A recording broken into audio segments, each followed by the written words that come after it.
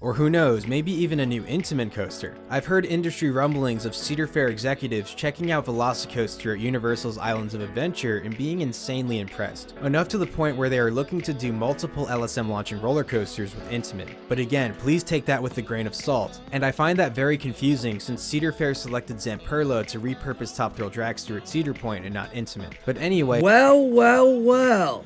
Intamin and Cedar Fair, you say? Things are getting interesting. And this could mean big things for the parks, guests, and more. Intamin is a world-renowned manufacturer known for pushing limits and creating the extraordinary. So what could this mean for Cedar Fair and Intamin's relationship going forward? Let's dive in. Cedar Fair and Intamin's relationship blossomed throughout the 2000s, bringing us record-breaking legendary coasters like Millennium Force, being the first ever Giga Coaster, the first Strata Coaster and Top Thrill Dragster. And fun fact, it actually had drag racing wheels on the backs of the trains when it first opened.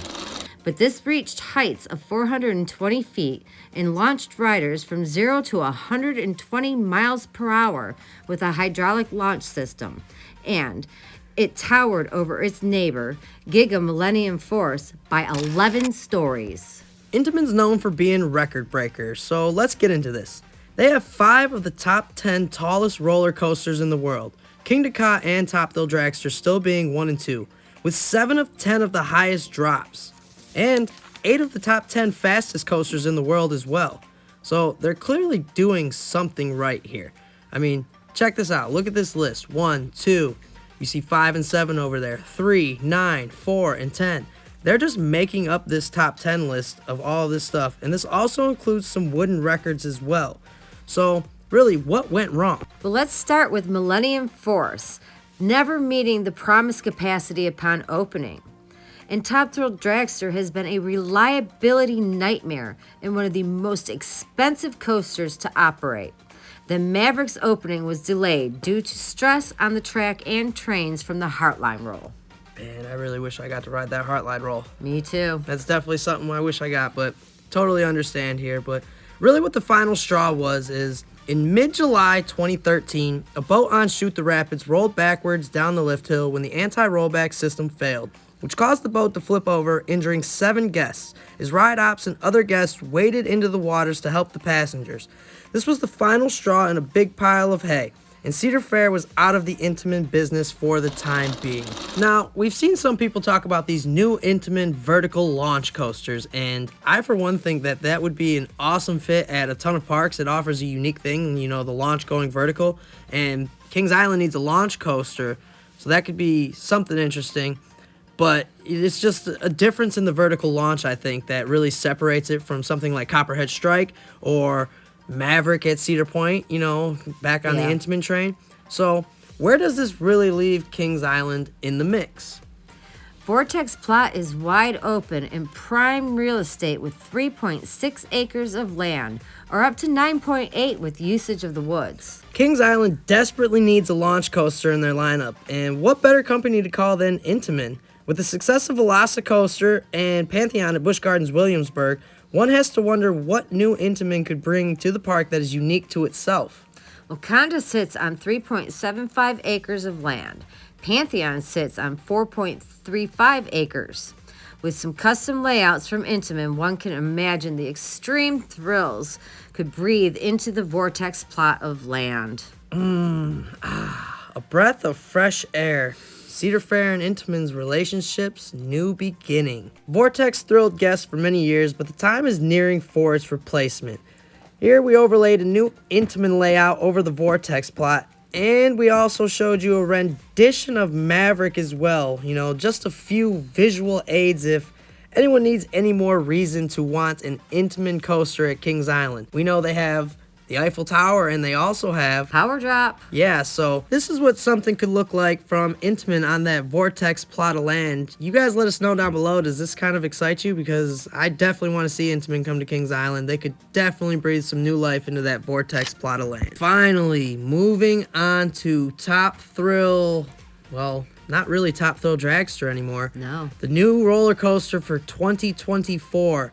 Rumor has it Zamperla has been selected for this ride revamp, the whole renovation, and that's something that we haven't necessarily gotten behind yet. I've been behind a different theory pretty much this whole time, and everybody's been against me on it, but Yeah, and I new mean, news. oh yeah, new news coming out that Cedar Fair execs, rode Velocicoaster and loved it. This has been in the works for a while, so hear me out. Summertime, we didn't know what was going on. We were over here taking videos of this ride the whole summer, trying to figure out what's going on, enthusiasts predicting. But they very well could have been having preliminary talks with Intamin at that point, pre-IAPA, pre-November, And then when they went down there for their IAPA show, the executives could have gone and rode Velocicoaster, which is what we're hearing, that they rode Velocicoaster and they loved it. And then come January, or in between that time, between November and January, they decided that Intamin was who they liked. They loved Velocicoaster. They've seen the success of Pantheon, and they were like, hey, maybe we should select them for this whole entire renovation because we know what they're capable of now, and we know that this is a reliable ride. What do you think about that? Yeah, I've been down with that theory since the get-go. Everybody's been no, but just seeing the things that they have put out and their reliability is so much better. Yeah. And theoretically, it's different management than when the accidents happened with Intamin prior. So this could be a new look. And imagine something like Pantheon with Dragster. Imagine them redoing the ride like that. I think that's something we could all get behind. I don't think anybody would. There would be no doubts. Yeah. Zamperla seems to be like a prototype and a huge risk if they allow them to do that whole entire ride. And I don't know why you would do it again. Yeah, why do it again when you're already having the headache with it? So this is us saying we think that Intamin may be more involved in the Top Thrill Dragster project than was led to be believed by many of the other enthusiasts, many people in the industry, and many other coaster channels alike. We've stayed pretty silent on the subject because we don't, the predictions are fun and everything, but we've been hearing some interesting things. And this news with Cedar Fair and Intamin possibly having talks again, with multiple LSM launching coasters being in the mix, sounds like maybe they might have cut a deal for Top Thrill Dragster too. And with how long it's taking, 2024? Yeah, that's the key there. You can't tell me something fishy isn't going on here, and you can talk about the Intamin and Cedar Fair and hate each other all you want down in the comments.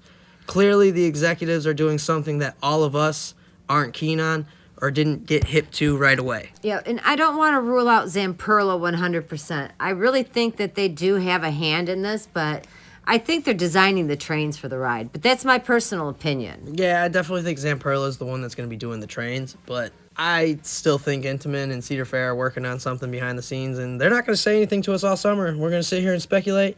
You guys are going to tell us we're crazy. Yep. We may be totally wrong, and hey, you know what? If we're wrong, we just hope whatever comes is absolutely amazing. We're just doing this in fun. Yeah, so this is definitely something that we're looking forward to seeing what comes of the new reimagined Top Thrill Dragster, or whatever it's going to be called, new 2024 coaster. Woo woo. Well, we hope we scared up some excitement for you and put a smile on your face. Let us know what you guys think down below. We love having these conversations with you.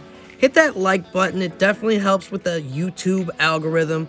Make sure you hit that subscribe button right now if you aren't already. We hope to bring you guys way more fun content. And thanks for coaster ghosting with Ghoster Coasters and being a part of this spooky fun community.